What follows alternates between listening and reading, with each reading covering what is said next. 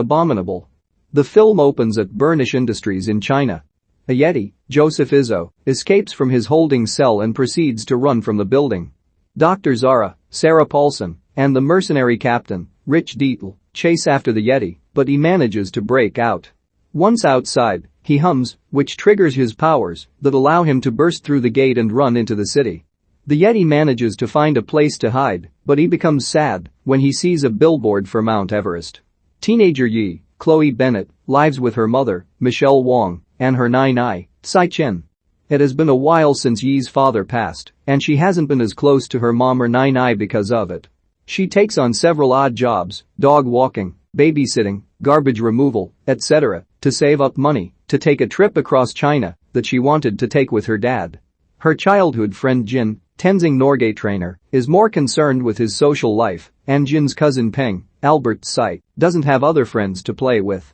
Yi also keeps a violin that belonged to her father and still plays it every now and then. While on the roof, she starts to play as she looks over the city, but a helicopter searching for the Yeti comes by and knocks Yi off her feet, causing the bow to slide to where the Yeti is resting. Yi freaks out when she sees him, but when she sees that he is scared and injured, she realizes that he is not harmful. Mr. Burnish, Eddie Izzard, is angry that his Yeti has gone missing, as he was hoping to unveil the creature before a special presentation. Zara promises to find the Yeti and bring it back safely. The next day, Yi gets some of Tsai's pork buns and brings them to the Yeti, who devours all of them in one gulp. Yi then runs to the pharmacy to get supplies to tend to the Yeti's wound. She spots Zara, the captain, and the other mercenaries running around trying to look for the Yeti, so she hides before going to help the Yeti. Yi then notices that the Yeti keeps looking at the Everest billboard. Realizing that he wants to go home to his mountain, Yi decides to name him Everest. Later, Yi brings her violin out to play some music for Everest. He hums again, causing his magic to bring a wilted flower back to life. Jin and Peng go to the roof to look for Yi and find Everest playing with her, but from Jin's perspective, it looks like Everest is eating her. He calls the cops, which Zara and the mercs overhear on the scanner. Soon, the mercs fly toward the roof and spot Everest. Yi helps him get away, with Jin and Peng following. Yi and Everest make it to the top of another building with the mercs cornering them, but they are saved by the building's lights going off as they do every night. This gives Yi and Everest a chance to make it to the docks, where Everest hops on a boat to go back home.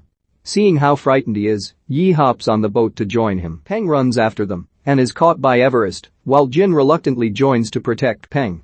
He tells his mom he took Yi and Peng to Beijing for a college tour. Everest and the kids end up in a crate of sodas as the boat stops at an island. Their crate gets on a truck, but they all fall off of it after Peng and Everest get too hopped up on soda. This leads to them having to walk to the mountain to get Everest home. Jin complains because he is hungry, and Everest hums again to cause some blueberries to grow. However, they start to grow to humongous sizes before they start flying and hitting the kids as they try to run away. They end up resting for the night, with Yi noticing that Peng and Everest get along so well because Everest is basically a child who misses his family. Jin makes an unintentionally insensitive comment about Yi becoming distant from her mom and Tsai after her father passed, which upsets her. Burnish, Zara, the captain, and the other mercs make it to the island, and they follow the trail of soda cans until they have a lead as to where they may find Everest. Burnish, not having stepped out of the comfort of his home and company for so long, begins to admire nature. The gang starts making their way further, only for Burnish's drones to spot them. Everest causes a dandelion to grow big enough to float them away, but Jin fails to jump after them and plans to meet the others in a village by the river. Jin is found by Burnish and his team, and they allow him to stay with them at their camp. Yi, Everest, and Peng land their dandelion in the desert, leaving a family of turtles with plenty of food. They stop to rest again, but Yi feels that this whole mess is her fault. They then notice fish swimming upstream in the river, and Yi tells Peng that these fish don't give up, and so they don't have to give up either. They proceed to keep moving. Jin can't sleep, and he begins to walk outside. He overhears Zara talking to the captain. She drops her British accent and reveals that she never cared to bring Everest home safely, but rather to profit off of his existence, and she doesn't care if she has to hurt the children to get him back. Jin tries to steal a motorcycle, but it rides off a cliff from under him. He ends up walking and going through treacherous terrain until he finally finds a vendor that gives him a boat in exchange for his phone. The other three board a train that takes them to the village. Yi and Peng try to sneak Everest through the crowd with the other yaks, but Burnish and his team have spotted them. Jin arrives in time to get Yi on the boat, while Peng causes the yaks to stampede and create a diversion.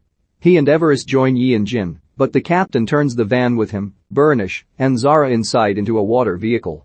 They chase after the heroes, so Everest removes the boat engine and hums to send the boat sailing further. They hit the land, but Everest's magic causes the field of flowers to create a tidal wave that pushes them to safety. Even Burnish is amazed at this power. The gang crashes their boat on another island. Yi's violin is broken, and she runs into the forest. Jin follows her and asks if she is okay. She expresses her whole problem with her father's passing and her distance from her mom and Nai. Yi even admits that she hasn't cried over her dad's death yet.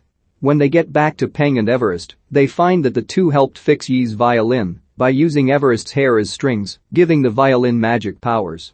Yi then looks at the pictures she had saved in her case of all the places she wanted to visit with her father. It turns out all the places they have just been to in their adventure were all those places, but there is one place that she hasn't seen yet. The gang moves forward until they reach the Szechuan Buddha statue. Yi becomes emotional and starts to play Fix You, as her father did, on the violin. The magic from Everest's hairs causes the statue to become covered in flowers. As the heroes near the mountain, they are found by the mercenaries on a bridge. Everest runs to the top of the bridge and uses his magic to protect the kids. Burnish sees this and has a flashback to when he first saw Yetis. He saw the mother Yeti protecting her children and he knew they were good creatures. He tells Zara that they have to bring Everest in safely. Instead, Zara tells the captain to tranquilize Burnish. She then has the other mercs tranquilize Everest, causing him to fall to the bridge. Zara tries to use a cattle prod on him, but Yi attempts to fight her off. Zara ends up pushing Yi over the bridge, which Jin and Peng witness as Zara takes them as her prisoners. They board Everest in a cage and start to head out. Yi holds onto a rope on the bridge. She pulls herself back up to the top and grabs her violin. She plays it to use the magic to revive Everest. He bursts out of the cage, stopping the mercs in their path. Yi runs over there as Everest frees Jin, Peng, and Burnish. He uses his powers to create large icicles that scare off the mercenaries. However, Zara and the captain are now determined to take Everest in, dead. She rams the van into Everest, hitting the side of a mountain. This causes an avalanche that sends Zara and the captain falling to their deaths. Everest is unharmed. Burnish tells Everest that he is an amazing creature, which is why the world must never know that he exists. He proposes to take the kids home, but Yi says she promised to bring Everest home first. Everest uses his magic to create flying cloud creatures that guide everyone to the mountain. There, they find enormous Yetis that are Everest's family. He runs into their arms, and his parents respectfully nod to Yi in gratitude. The kids bid their friend farewell. Burnish takes the kids home. Yi runs to hug her mom and Nai. They later have dinner together, with Jin and Peng coming over. Peng brings in a box left to them from Burnish with equipment for their next adventure. They then sit to have Nai's pork buns, which Peng claims to love more than anyone. Yi says she knows someone else who loved them just as much. As the family eats, the last thing we hear is Everest humming. In China, teenager Yi is a loner who is distant from her mother and grandmother after her father passes away. She takes odd jobs to save money to go on a trip across China that she wanted to take with him. On her roof, she discovers a young Yeti who is scared and missing his family after being taken by a lab for research. Yi names the Yeti Everest and ends up on an adventure to take him home along with her friends Jin and Peng. On their journey, they find that Everest has magic powers that allow him to manipulate nature. As the kids guide Everest home, his captors, Mr. Burnish and Dr. Zara, lead a team of mercenaries to bring Everest back. Burnish wants to unveil the Yeti as a grand discovery, while Zara claims to want to study him. After Jin is separated from the others and ends up staying with the villains in their camp, he overhears Zara revealing her true intentions to profit off of Everest, so he runs back to his friends to help them. The kids reach the Szechuan Buddha statue, as it is one of the last stops Yi wanted to take on her trip with her dad. There, she finally allows herself to get emotional over his death by playing his violin, using Everest's magic hairs. As they get closer to the mountain, the mercenaries find them. Everest protects the kids, which leads Burnish to realize that he is a good creature that must be protected. Zara and the mercenary captain tranquilize Burnish before taking down Everest and capturing him. Zara tries to kill Yi and then takes Jin and Peng captive. Yi survives and uses the violin to revive Everest. Zara tries to kill Everest, but she ends up causing an avalanche that sends her and the captain off a cliff to their deaths. Burnish then helps the kids bring Everest home to his family before he helps the kids return home. Yi stays at home more to be with her mom and Nai, while Jin and Peng visit for dinner. Burnish also leaves them with equipment for their next adventure.